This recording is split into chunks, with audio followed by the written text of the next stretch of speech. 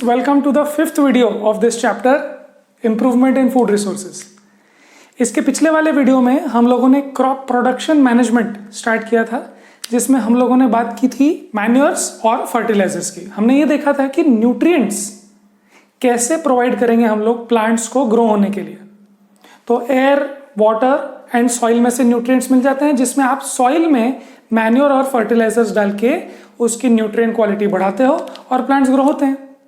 So that's the idea for production management. Basically आपने seeds तो choose कर लिए, हाइब्रिड सीड्स और बहुत अच्छे क्वालिटी के सीड्स सो कर लिए, उसके बाद आपने न्यूट्रिएंट्स भी डाल दिए। अब जो हम लोग दो रिमेनिंग प्रोडक्शन मैनेजमेंट के पॉइंट्स पढ़ने वाले हैं, वो पहला है अभी irrigation. And as you know, irrigation is extremely popular and well known topic, जिसमें आपको पता है कि बेसिकली प्लांट्स को वाटर तो आपको प्रॉपरली देना पड़ेगा। So irrigation, most agriculture in India जिसमें आप प्लांट्स को वाटर देते हो, that is mostly rain fed या मॉनसून बेस्ड। इंडिया में बहुत सारे फार्मर्स के पास छोटे छोटे लैंड्स हैं, जिनके पास में वेल्स नहीं है, जिनके आसपास कैनाल्स या रिवर्स या टैंक्स नहीं है। तो ऐसे जो लोग होते हैं farmers, they basically depend on the rain water. So monsoon अगर अच्छा होता है तो क्रॉप बहुत अच्छा होता है, मॉनसून अगर अच्छा नहीं हुआ then it's a loss for them. So most agriculture in India is rain fed by monsoons, and monsoon पे ही डिपेंड करेगा कि क्रॉप अच्छा होगा या नहीं होगा। कभी कभी आपने सुना होगा कि ऑफ सीजन कभी बारिश हो जाती है तो भी प्रॉब्लम हो जाता है। सो बारिश होनी चाहिए, एक पर्टिकुलर क्वांटिटी के अनुसार होनी चाहिए। फॉर एग्जाम्पल, अगर आप कोई एक पर्टिकुलर कॉटन क्रॉप लगा रहे हो, so you need some amount of water, you don't need a lot of water, you don't need एकदम कम भी पानी नहीं चाहिए। So it's an optimum quantity of water which is required for any crop. अगर ज्यादा बारिश हो जाती है तो प्रॉब्लम है, कम भी हो जाती है तो भी प्रॉब्लम है। But anyway, mostly we are looking to irrigate the crops और द फील्ड जिसमें हम पानी पहुंचाना चाहते हैं। Irrigation is supply of water to crops at the right stages at the right time in right quantities. So सब कुछ right होना चाहिए। So let's look at the 4 irrigation patterns which are followed mostly in India and otherwise. ठीक है। सो Wales, अब Wales के 2 प्रकार आपने सुने होंगे। वेल्स में कौन से 2 प्रकार है? एक तो डग वेल्स है। डग वेल्स मतलब जो खोद के बनाते हैं और जो बड़े डायमीटर के होते हैं। अगर आपने देखे हो, बहुत बड़े बड़े वेल्स होते हैं ना। Those wells generally are dug by machines, dug by people, dug by like manual labour से वो डिग करते हैं उसको, ठीक है। और बड़े बड़े होल्स, बड़े बड़े डायमीटर के होते हैं।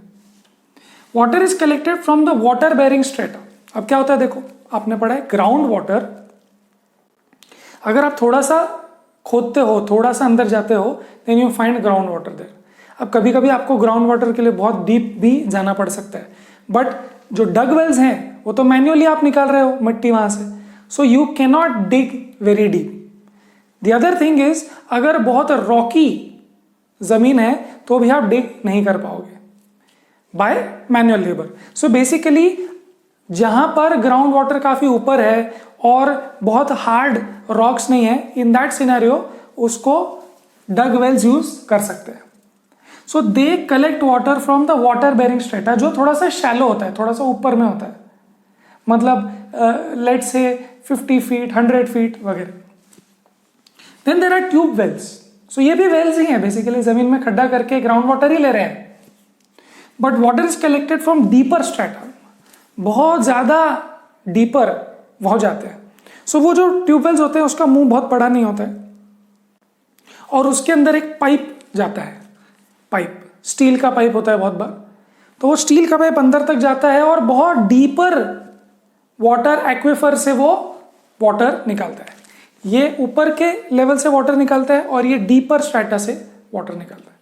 Okay, so this water is different from this water. कभी कभी आप देखते हो जो बहुत डीपर वाटर होता है वो क्लीनर होता है थोड़ा सा, और जो बहुत सरफेस से थोड़ा सा नीचे जो पानी होता है that is prone to pollution वगैरह। And there are many many differences in dug well water and tube well water. Tube well water is portable, आप उसको पी भी सकते हो, बहुत सारे कामों के लिए यूज कर सकते हो।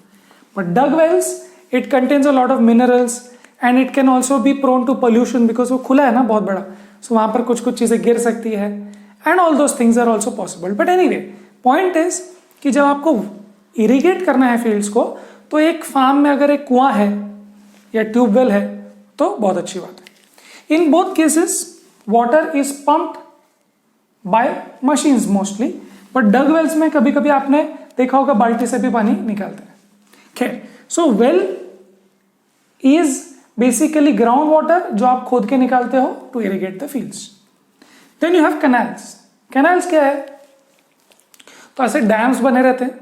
तो जो डैम्स में पानी स्टोर्ड होता है और फिर वो मेन नदी के चैनल में नहीं, बट आप यहां से वहां से बेसिकली अलग अलग जगह पे आप कैनाल्स भेज सकते हो.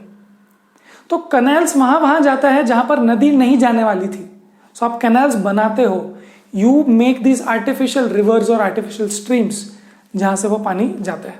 सो राजस्थान में जहां पर रिवर्स ज्यादा नहीं है, वहां पर ये कैनाल सिस्टम बहुत दूर दूर तक जाता है और इरिगेट करता है वहां पे फील्ड्स को. So elaborate and extensive irrigation system. Elaborate है, बहुत मतलब बहुत गांव गांव तक वो कैनाल्स जाते हैं. एक्सटेंसिव है, बहुत दूर दूर तक भी जाते हैं.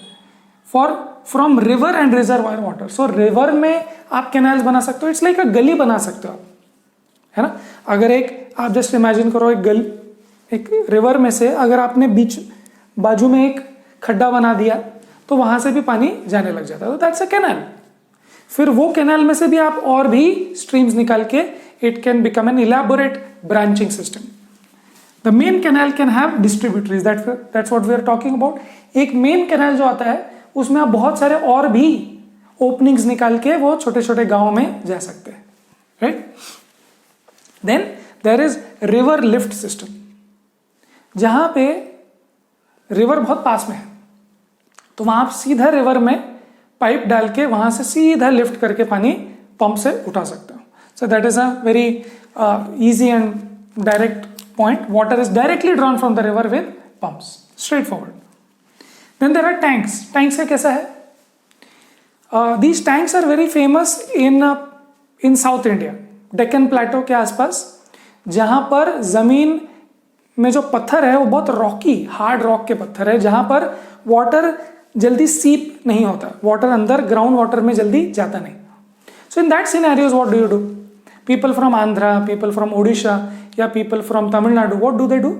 दे बिल्ड दीज मड और कॉन्क्रीट वॉल्स रिवर स्ट्रीम्स में ही. छोटे छोटे रिवर स्ट्रीम्स में ये लोग ऐसे अपने गांव में एक कंक्रीट का दीवार बना देते हैं और वो दीवार में जो पानी स्टोर होता है उसको एक टैंक जैसे ही आप बिलीव करते हो. Now water is not going inside because hard rock से बना हुआ है सरफेस.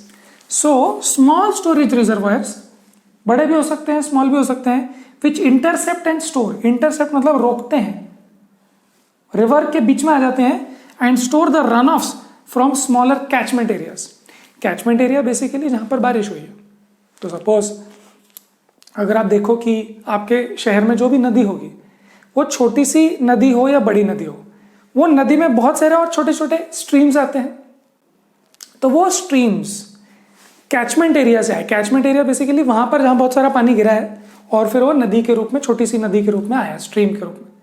अब वो स्ट्रीम पर अगर आप इस तरीके से स्टोरेज रिजर्वायर्स दीवार बना दो तो वो स्टोर हो जाता है पानी और फिर वो दीवार को ओवरफ्लो करके बाद में पानी जा सकता है. It's like a dam, small dam. Okay, so इससे बहुत सारा पानी बच जाता है और समर वगैरह सीजन में भी वो टिका रहता है वहां पे पानी, right. Now there are other techniques which are being used, which are rain water harvesting, जो आप घर पे भी इंस्टॉल कर सकते हो. अपने घर पे रेन वाटर हार्वेस्टिंग का सिस्टम आप बना सकते हो. जैसे आपके घर में ही छत पे ही जहां पर बारिश होती है, अगर आपने वहां पर वो सिस्टम लगा दिया और वो पाइप के थ्रू आपने उसको स्टोर कर लिया, then you can use it for later, right. So rain water harvesting, और you can harvest that water and put it in the ground directly. ठीक है, इंस्टेड ऑफ नदी में जाने से अच्छा है, या नदी में जब जाता है तो टॉप सॉइल भी निकल जाता है एंड सॉइल इरोजन होता है, तो आप उसके बजाय डायरेक्टली ग्राउंड वाटर में डाल देते हो, डायरेक्टली वेल्स में, बोरवेल्स में जो रेन वाटर हार्वेस्ट किया है वो डाल देते हो. And watershed management. So watershed management is a big topic, जहां पर आप जो नदी के जो स्ट्रीम्स, ट्रिब्यूटरीज जो उसके होते हैं, उस एरिया में पूरा मैनेज करते हो आप. You make tanks, you make dam, small बंड्स, और उससे फिर वहाँ पे वाटर थोड़ा थोड़ा स्टोर होता है. Then there can be trees which are grown there, फिर उससे सॉइल इरोजन बचता है. सो बेसिकली वाटरशेड एरिया बोलते हैं उसको, जहाँ पर बहुत सारे ट्रिब्यूटरीज आके एक रिवर को मिलते हैं. Are initiated by building small check dams, जैसे हम बना रहे थे, बंड्स, चेक डैम्स बना के, which increases the ground water levels.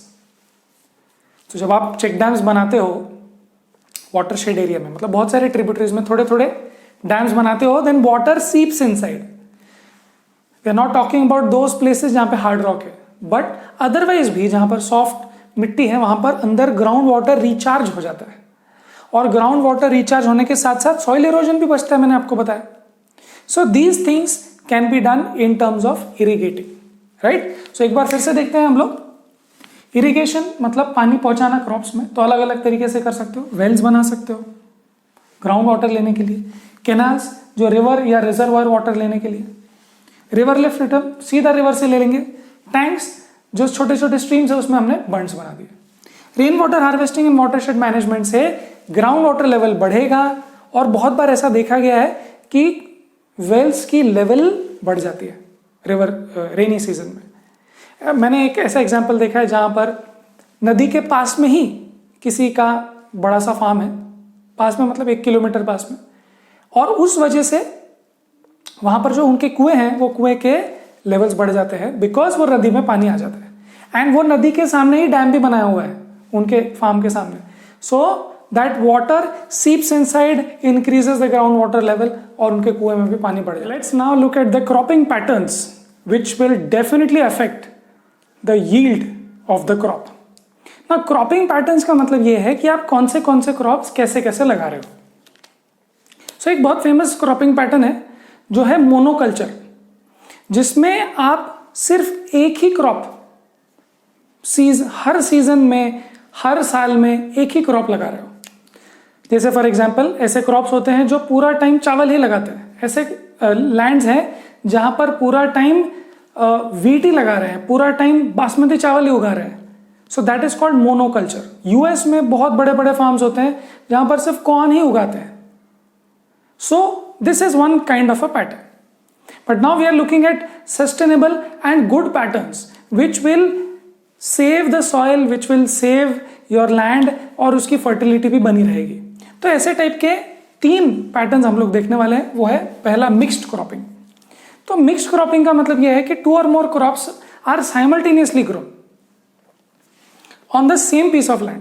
Same time पे हमने सीड्स डाले हैं, और 2 डिफरेंट टाइप के क्रॉप्स हम लोग, 2 या ज्यादा डिफरेंट टाइप के क्रॉप्स हम लोग एक ही टाइम पे लगा चुके हैं. व्हीट, ग्राम, ओके, ग्राउंडनट, सनफ्लावर, इस टाइप के कॉम्बिनेशंस आप कर सकते हो.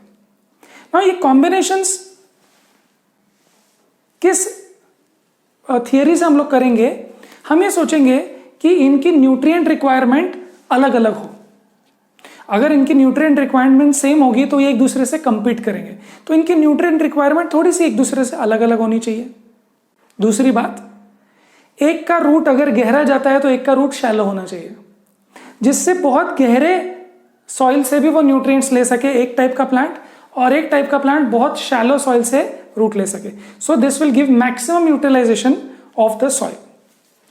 This also reduces the risk and gives insurance on failure of one crop. तो अगर एक टाइप का क्रॉप फेल हो गया, जैसे उसको पेस्ट लग गए वगैरह वगैरह, तो दूसरा टाइप का हमारे पास क्रॉप अभी भी है. अगर हमने सिर्फ एक ही लगाया तो अगर उसमें कोई डिसीजेस आ गए तो पूरा क्रॉप भी फेल हो सकता है.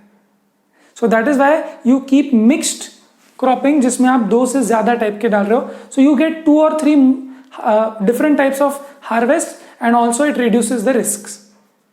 ठीक है. उसके बाद इंटर क्रॉपिंग. तो ये भी मिक्स्ड क्रॉपिंग जैसा है, बट यहाँ पे एक पैटर्न में आप ग्रो कर रहे हो, सीड्स लगा रहे हो. कैसे? 2 और more crop simultaneous on the same field. ठीक है, इन अ डेफिनेट पैटर्न. मतलब अगर आपने एक रो व्हीट का लगाया है तो एक रो आप किसी और का लगाओगे. तो देखो एग्जांपल्स क्या क्या दिया हुआ है. फ्यू रोज ऑफ सोयाबीन, तो आपने थोड़ा सा सोयाबीन लगाया, और फिर कुछ रोज फिर आपने मेज लगाया.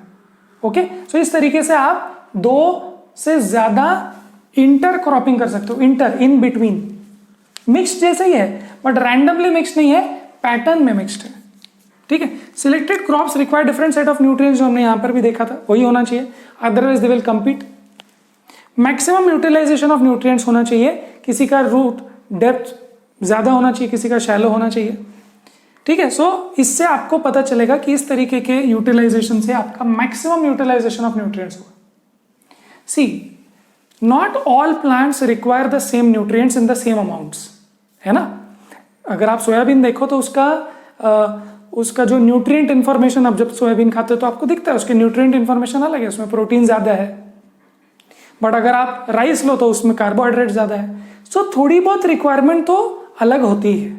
सो अगर आप इंटर क्रॉपिंग करोगे, मिक्स्ड क्रॉपिंग करोगे, तो मैक्सिमम यूटिलाइजेशन ऑफ न्यूट्रिएंट्स होगा, बिकॉज ये क्रॉप कुछ अलग लेगा, वो क्रॉप कुछ अलग लेगा, and the soil will give two beautiful crops.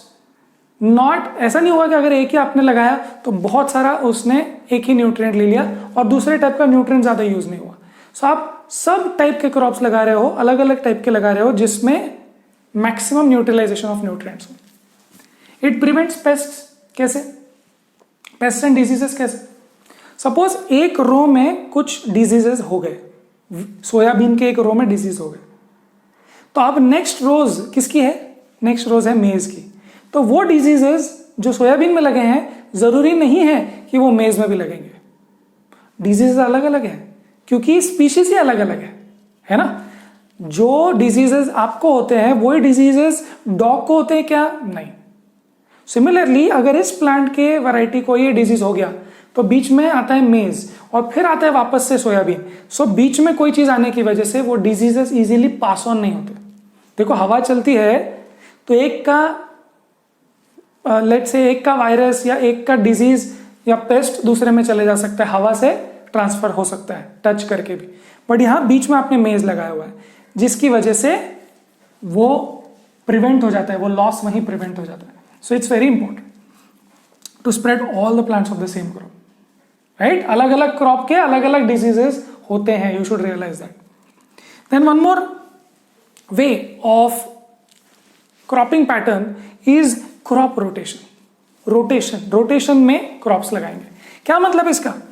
Different crops in a pre plant succession. मतलब मैंने अभी डिसाइड कर लिया कि अभी बारिश का सीजन है, मैं राइस ग्रो करूंगा। अभी बारिश का सीजन नहीं है, अभी ठंडी का सीजन है, तो मैं वीट ग्रो करूंगा, फॉर एग्जाम्पल, है ना। अभी एक पर्टिकुलर सीजन है, मैं पल्सेस ग्रो करूंगा। अभी एक पर्टिकुलर सीजन है, मैं राइस ग्रो करूंगा, right. So different crops in a pre plant succession.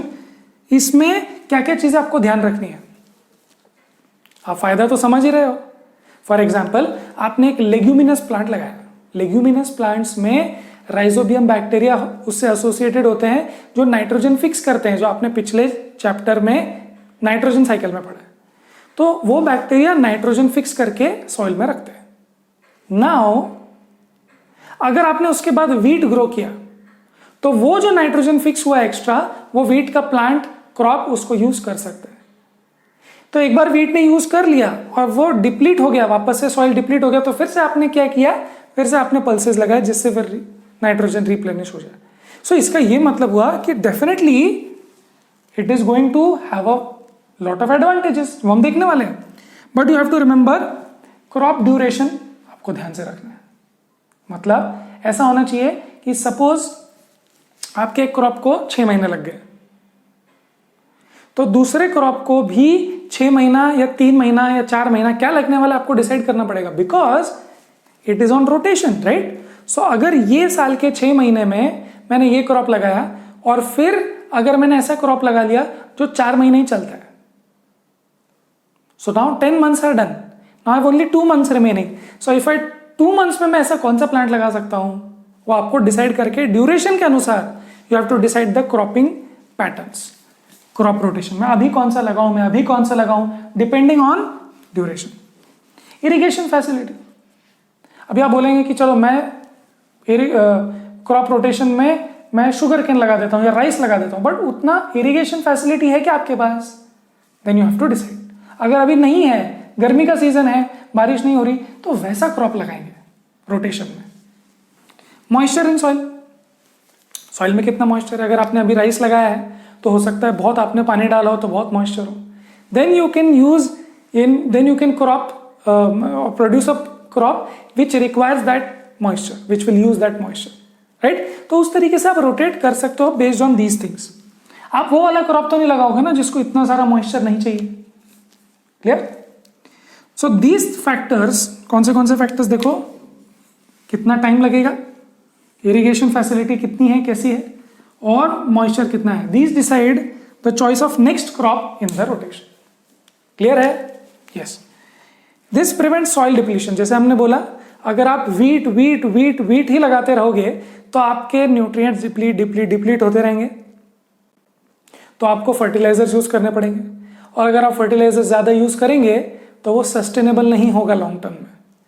सो अगर आप क्रॉप रोटेशन करते हो, एक बार लेग्यूमिनस एक बार नॉन लेग्यूमिनस, इस तरीके से आप यूज करोगे तो सॉइल डिप्लीशन बचेगा। हजारों सालों तक आप और भी सॉइल को बचा सकते हो, and it increases the soil fertility. Yes, definitely soil fertility बच जाएगी और बहुत सारे फायदे होंगे। ठीक है, फर्टिलाइजर्स का यूज कम लगेगा आपको, सॉइल फर्टिलिटी मतलब it will remain for a lot of years, right. इस तरीके के फायदे होंगे। चलो, let's look at exercise question number 3 towards the end of this lecture, जिसमें what are the advantages of intercropping and crop rotation. तो ये रहे एडवांटेजेस। क्या एडवांटेजेस है देखो, ये रहे maximum utilization, prevents pest and diseases, ये हो गया आपका इंटरक्रॉपिंग में। क्रॉप रोटेशन में prevent soil depletion, increases soil fertility, है ना। और भी कोई है क्या एडवांटेज? यस, फर्टिलाइजर की नीड कम हो जाती है, so let's write that, reduces need for fertilizers. दोनों मेथड में, बिकॉज यहां पर भी मैं ऐसे ही प्लांट्स लगा रहा हूं जो अलग अलग सेट ऑफ न्यूट्रिएंट्स की जरूरत पड़ती है, तो मुझे फर्टिलाइजर की रिक्वायरमेंट कम हो जाएगी। Yes, and what I can do here is, because of these things I can get different crops, not just one set of crops. अलग अलग चीजें ले सकता हूं मैं, मेरा रिस्क कम होता है, बिकॉज एक फेलियर हो गया तो दूसरा बच जाता है, and it will give me a year round produce. अगर ऐसा क्रॉप है जो 6 महीना चलता है, 7 महीना चलता है, तो मैं बचे हुए 5 महीने में मैं कुछ और क्रॉप लगा सकता हूं, मिक्स्ड या क्रॉप रोटेशन में, right. So these are the advantages for intercropping and crop rotation, right. So let's end this video here, जिसमें हमने इरिगेशन और क्रॉपिंग पैटर्न्स की बात की थी, जिसमें हमने समझा कि प्रोडक्शन के टाइम पे जब आप सीड्स डाल दिए और सिलेक्ट कर लिए सीड्स, तो आप कैसे सीड्स लगाएंगे, कौन से लगाएंगे और किस पैटर्न में लगाएंगे, और उसको कैसे इरिगेट करेंगे, वो हमने देखा। अब नेक्स्ट वीडियो में हम लोग बात करने वाले हैं कि स्टोरेज, उसका कैसे हम लोग सेफली कर सकते हैं, उसका वेस्टेज या उसका जो पेरिशेबल आइटम्स है उसको आप कैसे बचा सकते हो, how do you store your crops. So इस वीडियो को खत्म करते हैं। I hope to see you in the next video. Till then पढ़ाई करते रहें।